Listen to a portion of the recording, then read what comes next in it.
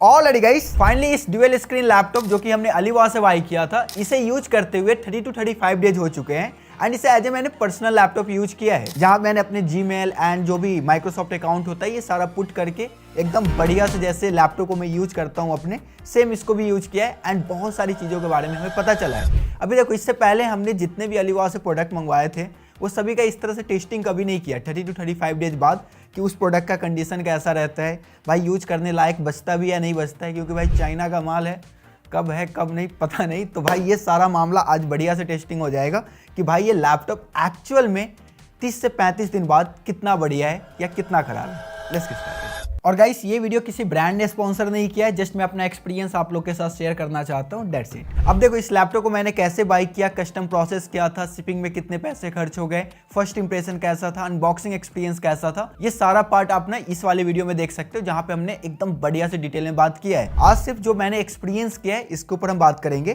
तो स्टार्ट करते हैं सबसे पहले इसके बिल्ड और डिजाइन को लेकर।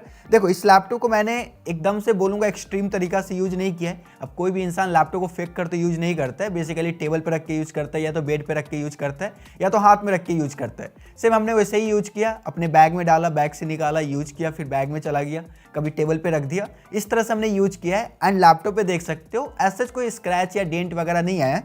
हाँ, एक चीज मुझे नोटिसेबल हुआ कि ये प्लास्टिक बिल्ड है तो इतना ड्यूरेबल मुझे फील नहीं होता है। जैसे मैं अगर इसके लीड को ऐसे करूं तो ये वॉबल वगैरह तो करता ही है। अब देखो, ये जो लैपटॉप है सेलर ने मेंशन किया था एल्युमिनियम फ्रेम है, बट ये प्लास्टिक फ्रेम है। तो यहाँ पे देख सकते हो जो इसका स्क्रीन है ना, ये थोड़ा सा फ्लैक्स करता है, तो लगता है थोड़ा सा कमजोर मामला है। अगर हाथ वगैरह लग गया गलती से तो टूटने का चांसेस है, बट एकदम से टूटता नहीं है भाई, प्लास्टिक है, थोड़ा सा फ्लेक्सिबल है, तो ये भी ठीक ही है। लेकिन हाँ, इस प्राइस में एक दो ब्रांड है जो मेटल बिल्ड दे देता है इंडिया के अंदर भी, जैसे इन्फिनिक्स है, एमआई का भी आया था, रियलमी का भी आई गेस मेटल बिल्ड था, मैं कंफर्म नहीं कर रहा हूँ बट हो सकता है। तो मेटल बिल्ड थोड़ा ज़्यादा प्रीमियम होता है, ज़्यादा ड्यूरेबल होता है एज कम्पेयर टू प्लास्टिक। इसके अलावा अगर आप इसके कीबोर्ड को देखोगे तो कीबोर्ड में ऐसा ज़्यादा फ्लैक्स तो नहीं मुझे लग रहा है, लेकिन एक चीज़ मैं नोटिस कर रहा था, इस पर टाइपिंग करने में मुझे थोड़ा सा प्रॉब्लम हो रहा था।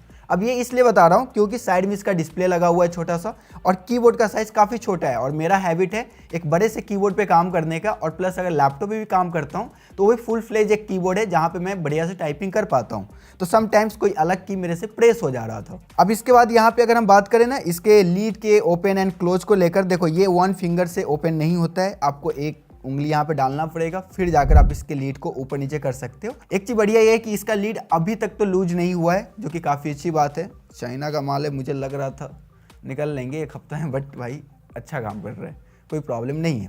बाय द वे, यहाँ पे जो वेबकैम यहाँ पे दिया हुआ है इसका प्लेसमेंट मुझे अच्छा नहीं लग रहा है। जब मैं मीट वगैरह पे जा रहा था तो मुझे बार बार अपने आई को ना नीचे करना पड़ रहा था, एंड मेरा जो भी पीपीटी वगैरह है वो सारे स्क्रीन पे थे, तो ये थोड़ा सा मुझे डिफिकल्ट सा लग रहा था आई कांटेक्ट करने में। ये ऊपर होना चाहिए था, बट बहुत सारे गेमिंग लैपटॉप में भी नीचे ही आपको वेबकैम देखने को मिलता है, तो ये भी एक बोल सकता हूँ चल जाएगा भाई। अब बात आती है इसके बॉटम के लेकर, तो देखो यहाँ पे एयर इनटेक के लिए एंड आउटलेट के लिए ना आपको वेंट देखने को मिल जाते हैं। ओवरऑल यहाँ पे इस लैपटॉप को बढ़िया से परफॉर्मेंस बूस्ट मोड पे यूज करने के बाद ना लैपटॉप थोड़ा सा हीट कर रहा था एंड थोड़ा सा नॉइस भी आ रहा था, बट इतना भी नहीं कि भाई जो एक गेमिंग लैपटॉप से में आता है वैसा नहीं, थोड़ा बहुत था जिसे आप इग्नोर कर सकते हो, no problem. By the way, यहाँ पे रबर पैड काफ़ी अच्छा दे रखा है, काफ़ी अच्छा ग्रिप बना के रखता है टेबल वगैरह पे, तो ये आपको प्रॉब्लम नहीं करेगा। अब इस लैपटॉप का बेस्ट पार्ट मैं आपको बताता हूँ, जो इसका डिस्प्ले है। अब ये डिस्प्ले मैं इसलिए बोल रहा हूँ बेस्ट है क्योंकि इसके अंदर जो कलर वगैरह है ना, ये मुझे ज़्यादा अच्छा लग रहा है एज कम्पेयर टू जितने भी 30-35 हज़ार के लैपटॉप आते हैं, क्योंकि इसमें ना आपको अच्छा खासा कलर आउटपुट मिल जाता है। जैसे यहाँ पे ग्रीन वाला पार्ट है या रेड वाला पार्ट है, कुछ भी आपको ज़्यादा अच्छा दिखेगा एंड आंखों को चुभता नहीं है। ये पूरी तरह से ना मैट टाइप का आपको फील होगा, ऐसा लगता है इसके ऊपर कोई टेम्पर ग्लास लगा दिया है मैट वाला, ऐसा मुझे फील हो रहा था। बट डिस्प्ले ओवरऑल काफ़ी बढ़िया है, 15.6 इंच का फुल एचडी डिस्प्ले है, एंड साथ में ना एक 7 इंच का और भी डिस्प्ले इसके अंदर मिलता है, जिसका कलर थोड़ा ज़्यादा वाइब्रेंट है एज कम्पेयर टू इसके प्राइमरी डिस्प्ले से, एंड इसमें डिटेल वगैरह आपको थोड़ा ज़्यादा बेटर मिलता है। और ये जो है ना, ये टच स्क्रीन के साथ काम करता है, तो कुछ भी अगर आपको टच वगैरह करना है तो आप कर सकते हो। बस डिस्प्ले में एक चीज़ मैं नोटिस किया, जब मैं लीड को ओपन कर रहा हूँ उसमें तो कोई प्रॉब्लम नहीं है, लेकिन कभी साइड से इस तरह से लीड क्लोज कर रहा हूँ ना, तो यहाँ पे अगर आप देखोगे तो कलर ना थोड़ा शिफ्ट कर रहा है। बेसिकली जब स्क्रीन पे कोई प्रेशर पड़ रहा है ना, तो उसका कलर इधर उधर हो रहा है। तो जाहिर सी बात है, इसका जो बिल्ड क्वालिटी है ना, ये प्लास्टिक का है तो फ्लेक्सिबल है, इस वजह से डिस्प्ले थोड़ा सा बेंड हो रहा है, इस वजह से कलर को शिफ्ट कर रहा है। और लैपटॉप में आपको देखने को नहीं मिलता है जस्ट बिकॉज कि उसका बिल्ड थोड़ा स्ट्रांग होता है। कोई भी डिस्प्ले अगर बेंड होगा तो उसका कलर इधर उधर होगा ही, ऑफ कोर्स पिक्सल होता है, इधर उधर होगा, डेफिनेटली कलर शिफ्ट करेगा। अब जनरली जो 30-35 हजार के लैपटॉप आते हैं ना, उसके डिस्प्ले में एक चीज आप नोटिस करते होगे, खासकर जो मोस्ट पॉपुलर ब्रांड है लैपटॉप में, HP, डेल, लेनोवो वगैरह, जो 30-35 हजार के प्राइस सेगमेंट में मोस्टली लैपटॉप बनाते हैं, उसके डिस्प्ले में अगर आप नोटिस करोगे तो आपको निगेटिव साइड ज्यादा दिखेगा। बेसिकली जो व्यू एंगल होता है ना, ये बढ़िया नहीं होता है। अगर आप लेफ्ट या राइट से देखोगे ऐसे तो लगेगा जैसे निगेटिव हो गया है, या टॉप से देख रहे होगे तो कोई अलग ही कलर आपको दिखेगा। बट इसके साथ ऐसा कुछ नहीं है, टॉप बॉटम लेफ्ट राइट आप कहीं से भी देखो सेम कलर आपको देखने को मिलेंगे। अब देखो ब्राइटनेस की जहां तक बात है, लैपटॉप में 250 से 300 निट्स तक आते हैं इस तरह के प्राइस सेगमेंट में, तो मैं बोलूंगा कैफे वगैरह में बैठे हो तो आराम से लैपटॉप यूज कर सकते हो। सबसे अच्छी बात यह है कि ये एंटी रिफ्लेक्टेड डिस्प्ले है, यानी एंटी ग्लेयर डिस्प्ले बेसिकली, तो कोई भी रिफ्लेक्शन वगैरह नहीं होता है, जो कि काफी अच्छा है। तो आपको बिना इंटरप्शन के आप काम वगैरह कर सकते हो। एंड बात रही स्पीकर को लेकर, 2 स्पीकर आपको मिलते हैं, 2-2 वाट के स्पीकर लगे हुए हैं। साउंड काइंड ऑफ मैं बोलूंगा अच्छा है, लाउडनेस है, बेस वगैरह थोड़ा कम है, लेकिन अच्छा लगता है सुनने में। बेसिकली अगर आप नॉर्मल गाना वगैरह सुन रहे हो कम आवाज में, पसंद आएगा आपको।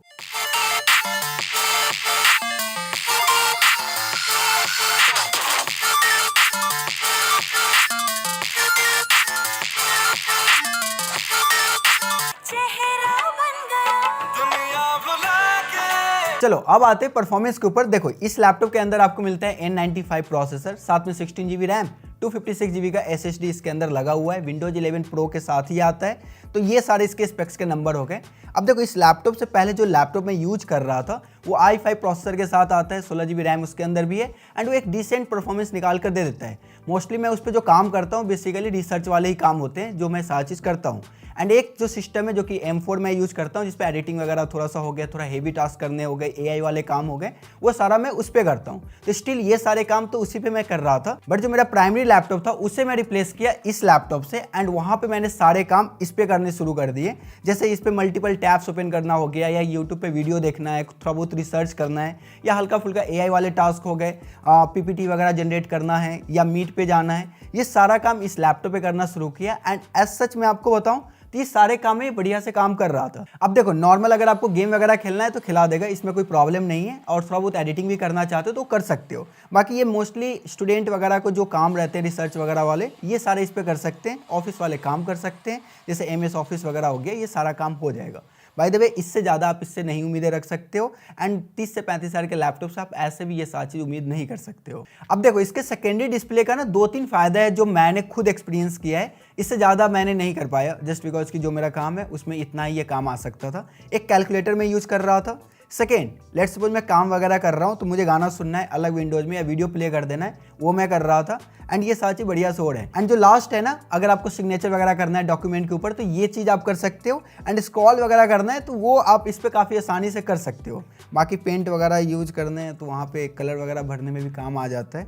मतलब इसका यूज आप जिस भी तरह से करना चाहो, सेकेंडरी डिस्प्ले की तरह करना चाहो या ट्रैक पैड जैसा करना चाहो, आपके ऊपर है, आप कर सकते हो। अब जनरली इस प्राइस सेगमेंट के लैपटॉप में ना हमें फिंगरप्रिंट सेंसर देखने को मिल जाता है, बट इसके अंदर फिंगरप्रिंट सेंसर नहीं है, जैसा आप यहाँ पे देख सकते हो। ऐसे फोटो में दिखाया था फिंगरप्रिंट सेंसर लगा हुआ है, बट यहाँ पे नहीं है भाई। एंड बात रही कनेक्टिविटी एंड पोर्ट्स को लेकर, देखो कनेक्टिविटी में ऐसा कोई प्रॉब्लम नहीं है, वाईफाई 5 का सपोर्ट आपको मिल जाता है, तो यहाँ पे अच्छा खासा काम कर रहा था, वाईफाई रेंज में कोई प्रॉब्लम नहीं थी। एंड लैन वगैरह इसके अंदर हम नहीं लगा सकते केवल, तो नॉर्मली जो भी वाईफाई है 2.5 या 5 गीगाहर्ट्ज ये कनेक्ट करके आप यूज कर सकते हो। एंड बात रही पोर्ट्स को लेकर, देखो इसके अंदर पोर्ट्स आपको 2 मिलते हैं, टाइप ए वाले जो कि 3.0 के साथ आता है, एक यहाँ मोटा पिन आपको देखने मिलता है जिससे ये चार्ज होता है। मुझे पहले लगा था ये टाइप सी जो दे रखा है ना, इससे ये लैपटॉप चार्ज होगा, बट भाई इससे चार्ज नहीं होता है, लेकिन होना चाहिए था, ज़्यादा अच्छा रहता।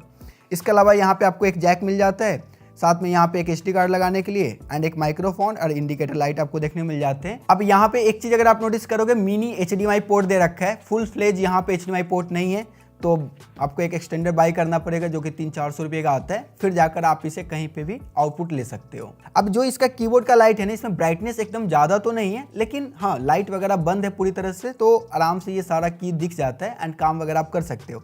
8GB लाइट इस प्राइस में मिलना बिल्कुल ही पॉसिबल नहीं है किसी भी लैपटॉप के अंदर, इसके अंदर आपको मिलते हैं, जो कि अच्छी बात है। एंड बात रही ट्रैक पैड को लेकर, देखो स्मूथ है, कहीं पे भी आपका फिंगर फंसेगा नहीं, अच्छा काम करता है अनटिल अनलेस जब तक आप इसको टैप नहीं करते हो। टैप करोगे तो काफी चिप फील होता है। प्लस मल्टी जेस्चर सपोर्ट करता है, तो आप एक टैब से दूसरे टैब में ओपन कर सकते हो या विंडोज को स्विच कर सकते हो, जो भी आपको करना है आप कर सकते हैं। एंड गाइस देखो बात रही बैटरी को लेकर, तो इसको हमने एकदम बढ़िया से 0 to 100% पहले चार्ज किया। ये 35 वाट का चार्जर जो इसके साथ आया था। अब देखो यहाँ पे टाइम पे नजर देते लेते रहना। अभी मैं यहाँ पे जो बैटरी बताने वाला हूँ चार्जिंग एंड यूज का, दोनों का आइडिया आपको लग जाएगा। इस लैपटॉप को 50% चार्ज होने में 57 मिनट्स लगा है एंड इसे फुल चार्ज होने में 2 आवर्स 24 मिनट्स लगे हैं। अब बात आती है बैकअप को लेकर, तो देखो दोनों डिस्प्ले पर 4K वीडियो एक साथ चलाने पर 1 आवर 51 मिनट्स का बैकअप निकाल कर दिया है एंड वहीं पर सिंगल मेन डिस्प्ले पर 4K वीडियो प्ले करने पे 2 आवर 36 मिनट्स का बैकअप निकाल कर दिया है, मतलब तकरीबन 2.5 घंटे का बैकअप है।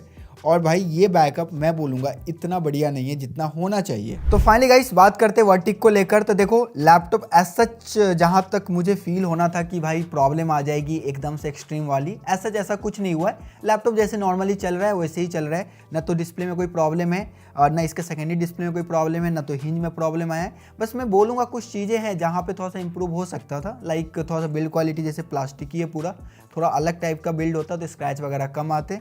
इसके अलावा मैं बोलूँगा कि जो इसका ट्रैक पैड है ये थोड़ा बढ़िया होता तो और अच्छा रहता। साथ ही जो डिस्प्ले में जो फ्लैक्स मुझे मिल रहा था ना, ये थोड़ा सा स्ट्रॉन्ग होगा तो ज़्यादा बेटर होगा।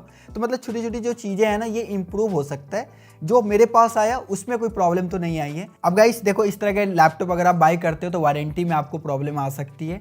आप कहाँ कहाँ दौड़ोगे वारंटी क्लेम करने के लिए। और अगर लेट्स सपोज इंडिया में बनवाते भी हो और इसके अंदर का कुछ ऐसा पार्ट है जो इंडिया में ना मिलता हो, मतलब मोस्ट प्रोबेबली ऐसा हो सकता है, तो वो भी एक बहुत बड़ा हेडेक हो जाएगा आपके लिए। तो मैं बोलूँगा कि आप इंडिया में जो लैपटॉप मिलते हैं आप वो देखो, ज़्यादा बेटर रहेगा आपके लिए। तो ओवरऑल गाइस लैपटॉप का एक्सपीरियंस अभी तक तो बढ़िया चल रहा है। इन फ्यूचर कुछ खराबी आएगा तो डेफिनेटली मैं कम्युनिटी में आपको बता दूंगा। बाकी गाइस वीडियो आप मुझे बताओ कि कैसा लगा, अच्छा लगा please like share and subscribe. मैं आपसे मिलता हूँ फिर से एक मस्त धमाकेदार वीडियो में। तो goodbye, have a good day and bye bye.